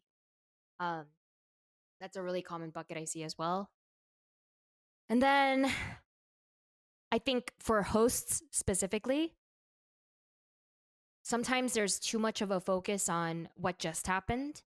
And I think the most impactful story building you can do is give contextual background for a player that goes beyond just this one tournament that's happening. Like, okay, we're watching this player do extremely well at this tournament. That's cool. But like, why is that important? And why should I care? Oh, is this the first tournament that they've done well in this entire year? Actually, is this the first tournament that they've done well in the entirety of their 8-year career? Then that's suddenly way cooler. And I see a lot of times hosts don't give that extra context of, okay, wow, we just saw a really great game, and that's it. That's all they'll like. Their Yeah. their focus and their lens will stay there. But it's like, actually, if you take a step back and you show the wider lens of why this win here is important, it can make big fans from viewers that are watching over this player, and give them another reason why they should care. Right. Yeah, exactly. Yeah, zooming out's really one of the most important roles of the host. Mm-hmm. desk and stage, and Mhm. it's also what's going to attract most of the viewer base. You know, Mhm. it's great to get the guy. It's great to get a pro gamer saying that you know your stuff. That's actually a very Mhm. good feeling, but it's actually not really the most important feeling. So being able to step back and zoom out, and yeah, I would say even sometimes I think about what tweets have drawn me into other esports. And whenever I get to watch a CS:GO thing, it's usually Mm. because A, they were breaking a Twitch number record.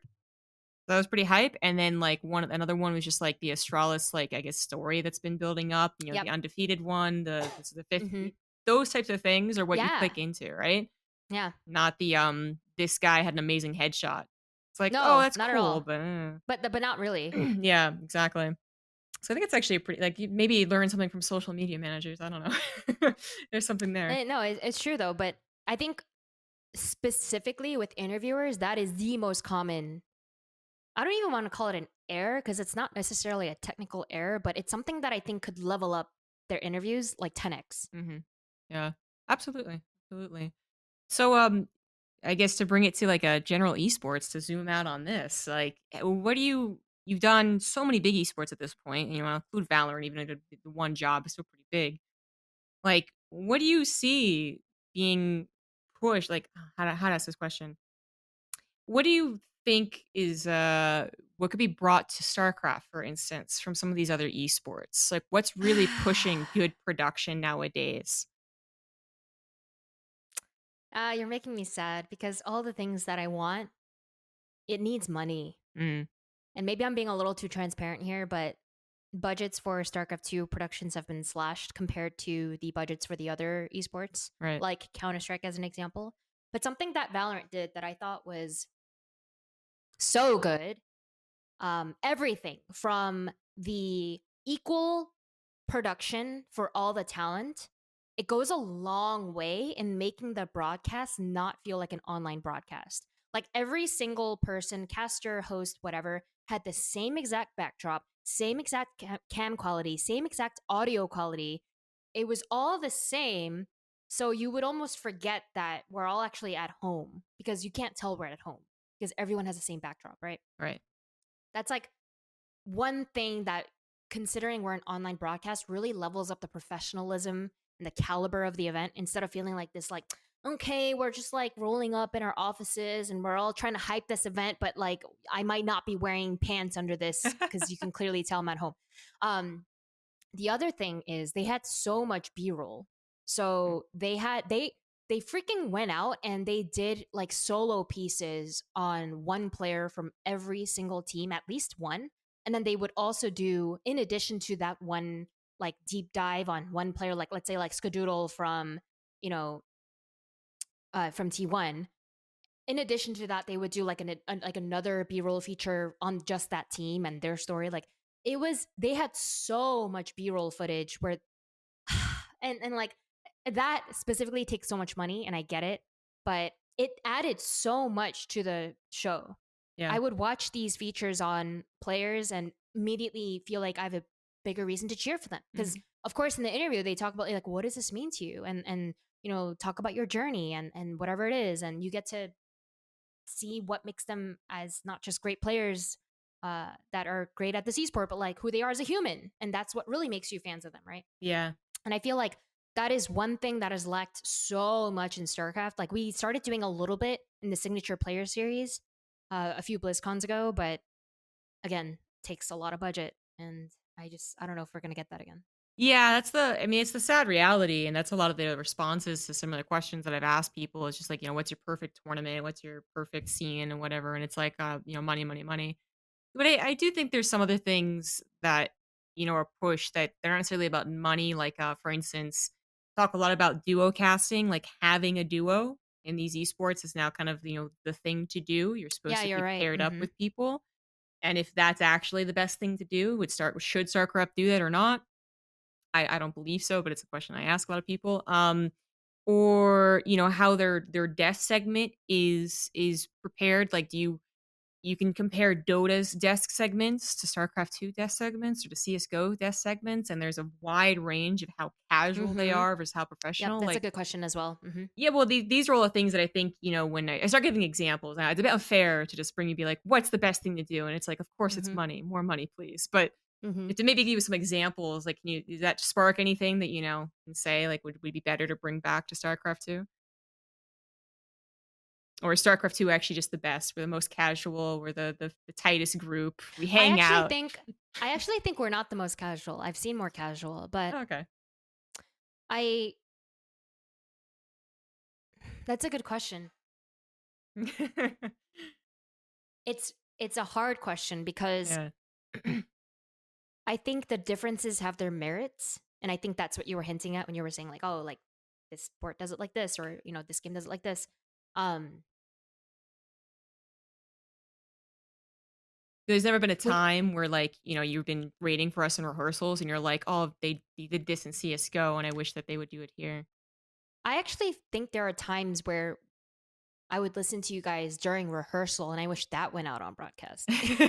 Yeah, yeah. um, I actually think I think the StarCraft 2 talent are like some of the most intelligent, funniest talent in this space.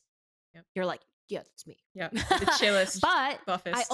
I almost feel sometimes that the structure of the desk don't either don't allow for it, or just because there's limited time, you guys maybe don't feel like you have the chance to. But I think we it I think seeing more of that would benefit the show. Only because I think after a certain point, talking about, Cyril's amazing ZVP gets kind of old after a while. And I think there are ways you can incorporate some of that flair I see only during rehearsals into the actual show that both make it more hilarious for the honor talent, but I swear to God, the viewers would die. Like they would Yeah. die if they knew how funny or how much funnier shit gets sometimes. And I know some of it is not safe for work, and we don't have to go that deep. But like, I just think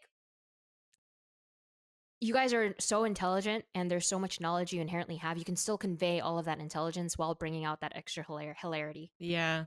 Yeah, it's fitting more of like a conversation than it is a question and answer because it is a lot of just thinking. But Hmm. I remember being a part of the WCS crew and being like, well, this is how it is. And then the year after, I was like, well, this is how it is all the time. Like, Jesus Yeah, Christ. and it gets stale. Yeah, it did. It really did. And I Hmm. thought everyone pretty much agreed with this, but I've actually gotten like a little bit like, oh, I thought it worked fine. I was like, I mean, that's the No, thing. it's Well, it really worked. stale. It worked Yeah, fine. Is the problem? It wasn't anything that was exciting and new and different, and something that but allowed for it a lot of wasn't memorable creativity. at all. Yeah, exactly. And then I see I remember that, and then I see like for instance, is it Flashpoint? Shit, it's one of the CS:GO Hmm. ones. They Hmm. do the bar thing, right? I know. Yeah. Ah! Oh my god, how funny would that be if we did a bar thing? It would be so cool, right? And I know I originally there was this whole thing about Blizzard not letting alcohol on stream, but that, like, isn't even a thing anymore because Overwatch League is Mhm. fucking, like, sponsored by Bud Light, I don't understand. Yeah. So anyways. I totally agree with you, and I just think there are times with certain esports where I do think the honor talent, some of them don't really have like the most interesting personalities, and that's not really an insult because perhaps their strength is like the ridiculous depths of expertise they have in whatever esport it is. But with you guys in particular, I can say confidently, like spending so much time speaking with all of you, you're all so funny, and I just think it's a shame that the official broadcasts only get to see literally 2% of it. Mhm. Yeah. Imagine just, Like, like, someone with a camcorder watching us during these rehearsals or in the green room. yes, I think people would literally die. And if we just bleeped out the parts that are a little too much, I just think it's so funny. And I think it's a shame. And I think Hmm. actually 2021 is the time where we should be experimenting with potential formats to explore Yeah. more, because what do we got to lose? Can I be real here? What do we got to lose? We don't got much to lose, okay? Yeah. It's not like we're competing for a number one spot anymore. I think that we are still gonna have the really cool players, and we're gonna have fantastic games, and we can still tone it down and be serious once it gets to the playoffs and like the quarterfinal semis and grand finals. But I think for like the group stage or even the qualifiers leading into the actual tournament, like we can have more fun. And I think it's a waste to just be so official and stale. Yeah. It is kind of weird. Like we went along the trajectory that esports generally did, I suppose, which is that it started off with people in t-shirts and headsets, Hmm. and then moved on to something a little more suit and tie, but not so much. And then some esports took it extremes. Other esports weren't like, they were like, we did it and then we didn't like it. Let's go back to what we were doing. And You know, yeah. Sorry, finish your thought. StarCraft is somewhere in the middle, it feels. We were kind of like, Yeah. well, we got to that point and then we Yes. never really said like was it working or not. And so Yeah. I feel like we actually need to regress in a way. We need to Yeah. go back to what it was. Especially if we're not going to get the funds to do something Valorant level, which is fine, by the way. Like, it is what it is. There are ways I think we can capitalize with our current system to still make it more entertaining. Whether it's leaning into that home aspect a little bit Mm. and like everyone bring out a brewski, or like, do you get what I mean? Yeah, I think that absolutely. right now we're in this weird limbo, exactly as you said, where okay, we're an official broadcast, but like, are we? Am I wearing pants? You'll never know. Um, and like the main hilarity comes from me spinning my fucking pen 3 seasons in a And row, cursing. or yeah, and cursing accidentally, and that's lame. Like, I am the least funny member of all of you guys by far, and if that is what people are honing in on, it's like, Uh, wow, like we're not doing something right if the one comic relief is like, oh my god, Sue, curse and said the F word. Like, what are we, 12? yeah. I just think it's such a shame because I think all of you guys, the humor you have is so unique and actually like intelligent humor, not like like humor. I mean, sometimes though. No, I think you guys are so funny. I Uh, agree. I find myself with you feeling like a funny person, which I'm very shocked at. But when I'm not because you're not funny. Okay, that came off mm. wrong. You you laugh at things I do, but whenever I'm Mm. around the other StarCraft casters, I still feel like I'm the one that's like dwarfed by their presence, No, you no, no. know? I think it's such a no, no, no, no. Because this is what I think. I think at the end of the day, humor is one of those things that's incredibly arbitrary. Mm, yeah. Like, for example, I think Tasteless and Artosis are fucking hilarious, right? But there are times they'll say a joke to each other and I just don't get it. But it's clearly hilarious because Artosis is doing his like laugh, and Nick is like, oh, that's so funny. And I'm like, oh fuck, I want to laugh, but I don't get it. Fuck, I don't get it. And and that's fine. It doesn't mean they're not funny. It just means it didn't hit me, and I'm just maybe not intelligent enough or whatever it is, but that's fine. And that's the beauty of humor, is that it's different strokes for different folks, and I think all of us are very funny in different ways. I just wish people could have seen it more. It Yeah. almost makes me wonder if like there's a merit or some kind of a merit to, like, after the next big tournament, if there was like a StarCraft 2 After Dark show where, like, instead of us just doing the hotel lobby Discord call that we do for 8 hours straight, literally, guys, like we do it for 8 hours straight, where we're just like shooting the shit.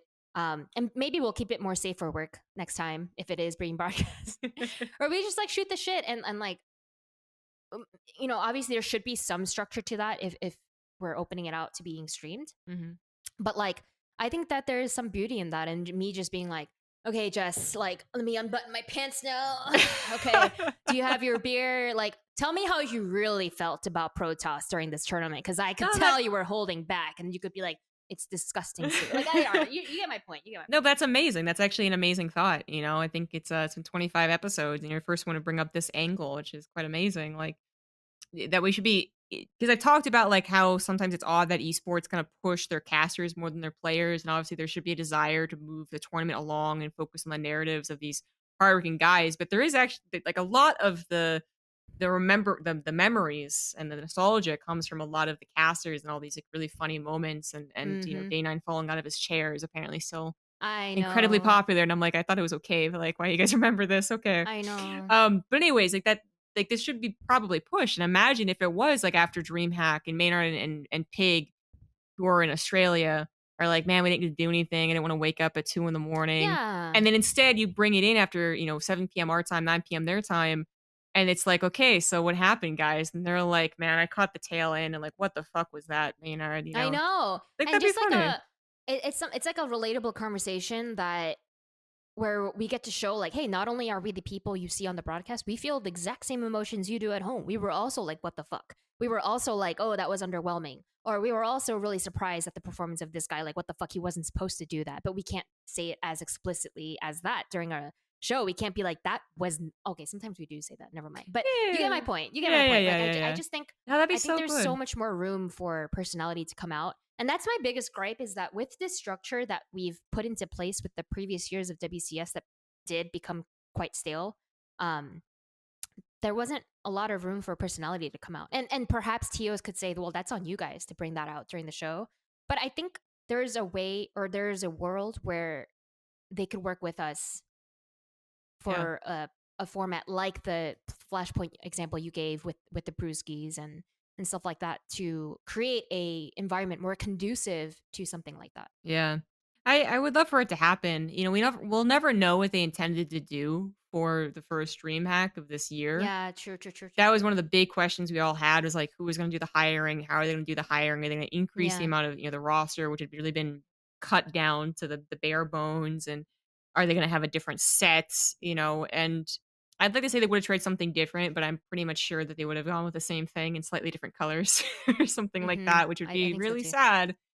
But it would be an excellent thing to do if we can do it in next year. Mm-hmm. Take advantage in a weird but still useful way when Yeah. it comes to being at home. Yep. It's gonna be odd, but you can kind of play into it. Like I think there's stuff that we can do. And Yeah. initially Like, just making sure mhm. that things worked was fine. But now that we're like Yeah. really well ingrained, like it's time to Yeah. change it up. Like, even if it's like, I don't know, like a hour debrief after the finals to, I don't know. Just, We're I'm still thinking, waiting on that debrief we're supposed to have the week after the last week. yeah, we are.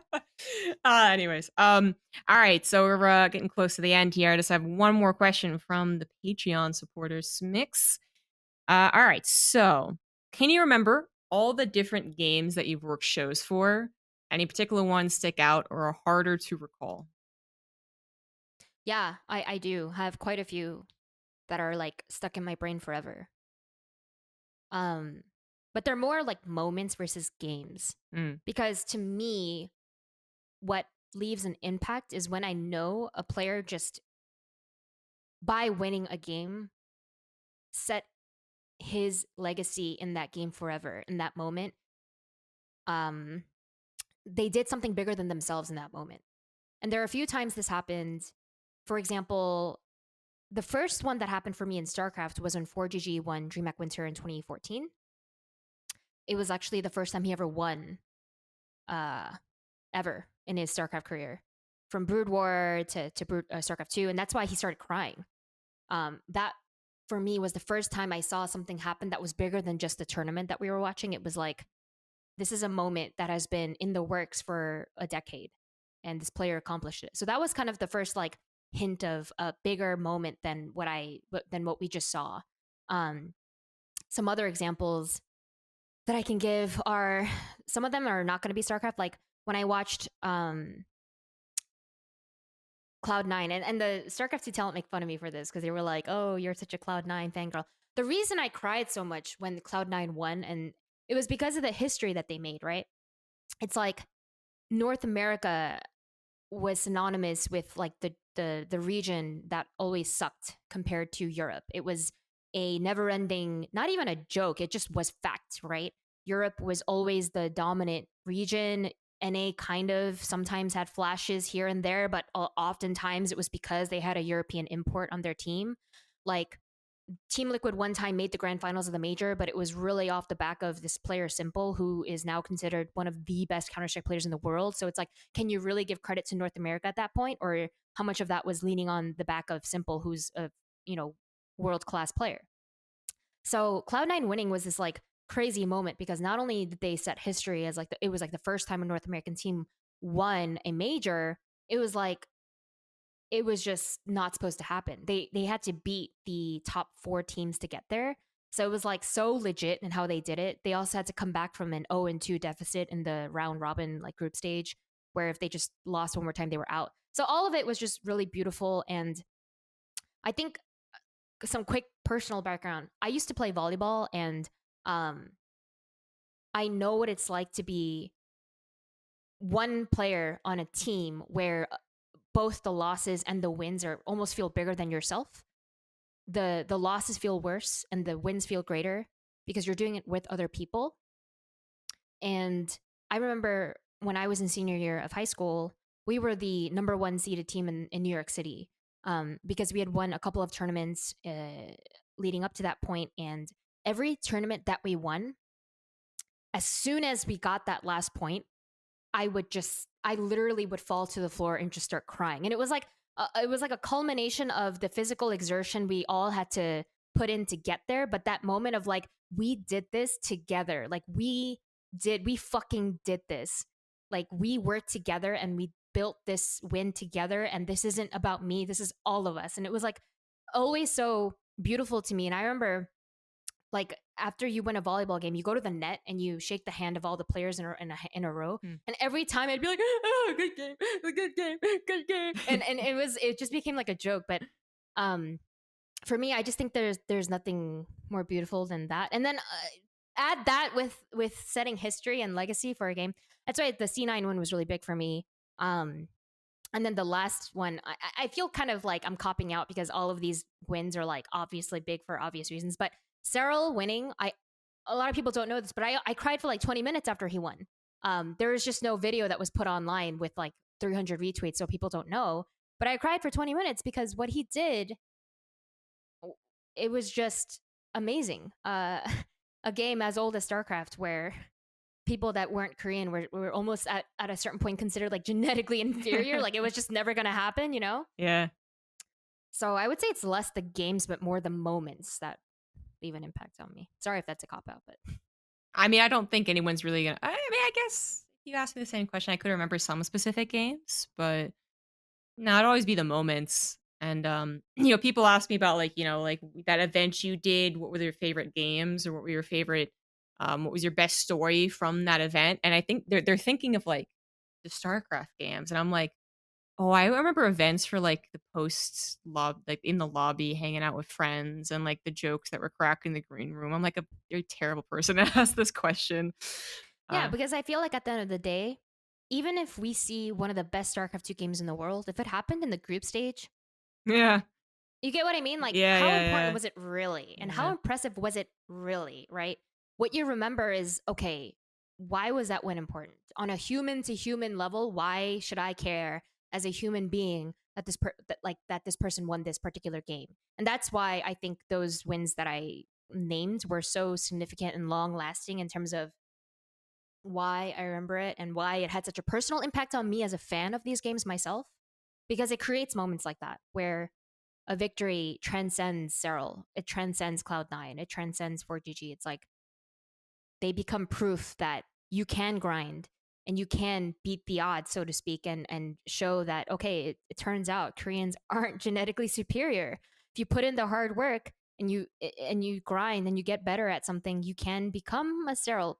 You and I probably won't, and it's not probably we won't, but it's possible. There are future Cyrils out there, like case in point, Rainer, right? So Yeah.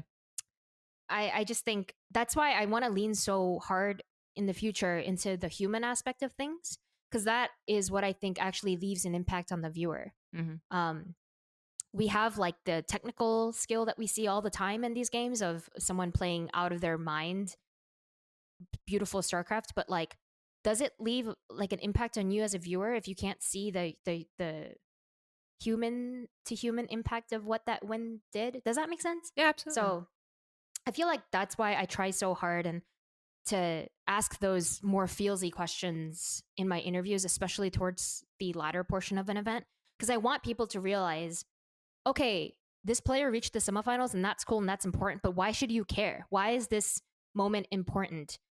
Why is Marine Lord reaching the season finals important, right? Like, it's not just because it wasn't supposed to happen, but like, is this the first time he's done something like this in a couple of years? Like, bring that up. Is what has his history been as a StarCraft 2 player? Is he supposed to be consistent? Like, no, he's not. Like, just all these things I think are important to bring up, the human aspect of things. And I think we can do better in highlighting that. Yeah, I mean, humans are storytellers is I think the very basis, and might be different ways of telling those stories, but it's actually Hmm. all about the human effort. And I think that not StarCraft, esports in general actually should be doing the most to do this. Now, the traditional sports broadcasting has already kind of figured this out. They already do a great job of, they have cameras with the kids who are being told they're going to get into the NFL. That's fantastic. Esports should be doing an Hmm. even better job and trying harder because Yeah. it is so much more difficult to explain to a person the technical Yeah. skill of someone Like, keyboarding as opposed to someone doing a yes, backflip. absolutely. The what people don't see are the years that Cyril was a nobody. Like, back in 2016 Leipzig, I remember Cyril, I think, was in top 8 or something. And like, people were like, oh, Cyril's supposed to be really good. Like, he's supposed to be, one of the best. But he never did anything with it. Like, he, at the time, wasn't actually producing results. So does it actually matter that he's this guy that's supposed to be great on ladder? No, because why should I care that he's putting in all this work when he's not producing results? But when he eventually starts producing the results, that's when I feel like all of that backstory matters so much. Because what people don't realize is for Cyril to have become Cyril, he had to play for years and years and years and years. Like, there was so much effort that had to happen for him to even get to that point. Yeah. And it's easy to miss that when you just see someone start to win all the time. It's like, oh, maybe he always was good. No, he wasn't. Yeah. Yep. Highlighting that struggle is I think it is the best stories. It's like the Yeah. struggle is always the key point about any story. So, yeah, it's we always gonna think it a little cheesy. I feel like at the end of some of these episodes because it becomes like this very like philosophical thing, but it is true. I really liked writing when I was younger. I was an avid forum role player, and I did creative writing, and then not so much. And it was like for a while, I was confused to why I liked commentary until someone kind of just like made it click in my mind that it is It's storytelling. storytelling. And everything in life is a story. So Mm-hmm. it's as I said, it's I maybe agree. cheesy sometimes, but it's actually what people should be focusing on and should be enjoying. Yep. Absolutely. Yeah. So that's the end of the podcast, Mix. Thank you so much for joining me. I really appreciate it. You got a good angle as well, a new angle, and I really enjoyed listening to your backstory. I had no idea you were in a brood war. I don't know why I never knew this. I feel like I never talked about it. It's so funny because when I first came onto the scene, I did a lot of these like, "Oh, you're a woman in gaming. Tell us how you got into StarCraft." And it got to the point where I was regurgitating the same thing that Rotterdam one time made fun of me. He was like, "Smix, like, it's always so funny. Like, I read these interviews, and you're always like, I got into it because of my brother, and I watched it." And he like recited the whole story from beginning to end perfectly. And he was like, and I was like, "Wow, it's that redundant, eh?" And he's like, "Yeah, I just like." Wow. So for a while I just stopped talking about it because I was like, oh, it's just been done. But it was nice to share with someone who genuinely didn't know. Yeah. Um, News to me. I think I might have known about your brother, but just like mm, I also could have guessed as yeah. well. It's actually a very common trend. I know I don't know if I should be talking about this, so I'll just keep it vague. So, but like someone was doing a study on why like there are the women who are currently working Mm-hmm. in esports are able to do so or what their story was to get to that process and where the pitfalls were. Mm-hmm. And something like a crazy number, like 80% of them were like my brother or my Mm-hmm. dad, a male figure. So I could have guessed it, but I think I knew it. I just didn't realize you started in Brood War. I feel like we could have Yeah. talked so much more about the fact that you liked Flash when Bisu was the one that was all the rage in 2008. Like, what's that about, Sue? Like, The revolutionist. yeah, Yeah, I just yeah, and I think that's also why I never tried to become the best player or be so good at these games myself. I grew up watching someone else do it. So I was always the viewer from the beginning. So it never occurred to me to try to be better myself because I was always like, I just genuinely like watching these people. And if I can play even a 1% role in helping tell their story, I feel like I'm doing my job. So, that's beautiful. I wanted to defeat my brother, so I went onto YouTube. see, that's a difference. And that's why you're actually good at the game. Meanwhile, I was already like, I surrendered. I'm never going to be as good. So let me just accept that. And from my surrendered role of knowing I'm garbage at video games, let me just try to do what I can to show why this person is really good and why you should care about them being really good. Yeah. All right. Well, I know you don't do much, the Twitch streaming or whatnot, but if you wanna shout out your socials and what you might be doing next year, now's the time to do so. Yeah, you can follow me on Twitter, twitter.com/Smix, Instagram, instagram.com/Smixity. Twitch is just Smix. I stream like once every 3 years. The last time I streamed was actually 2018. So it's I was actually coming. even thinking of streaming after this podcast because I put on makeup and it's COVID and I literally spend 99.9% of my time looking really interesting. Really interesting, yeah. Yeah. Like I'm basically a cave woman minus the club is the analogy I like You to know, give. I, like, feel like I've never seen you without makeup, actually, because you Which always is get it. there's a reason for that. Let's Oh, just put it okay. that way. You always get it done before we even You'd go be down to like, breakfast. Sue, is that you? Yeah, yeah. It's I mean, that's a totally different topic of like my own insecurities with my non-makeup self. But you know, psychology is Eh. but yeah. Alright, well, I mean, I hope to see you stream again. Last time you did it, it was awful lot of fun. Everyone suddenly just came pouring in. Before you knew it, it was like everyone I important in the esports know. scene was there. Um, It was cute. I was appreciative. it was a good time. Alright, Yeah. alright, thank you again, and, Hmm. thank you guys for listening. I hope you enjoyed it, and I hope you come back here for the next episode in 2 weeks. Bye. Bye.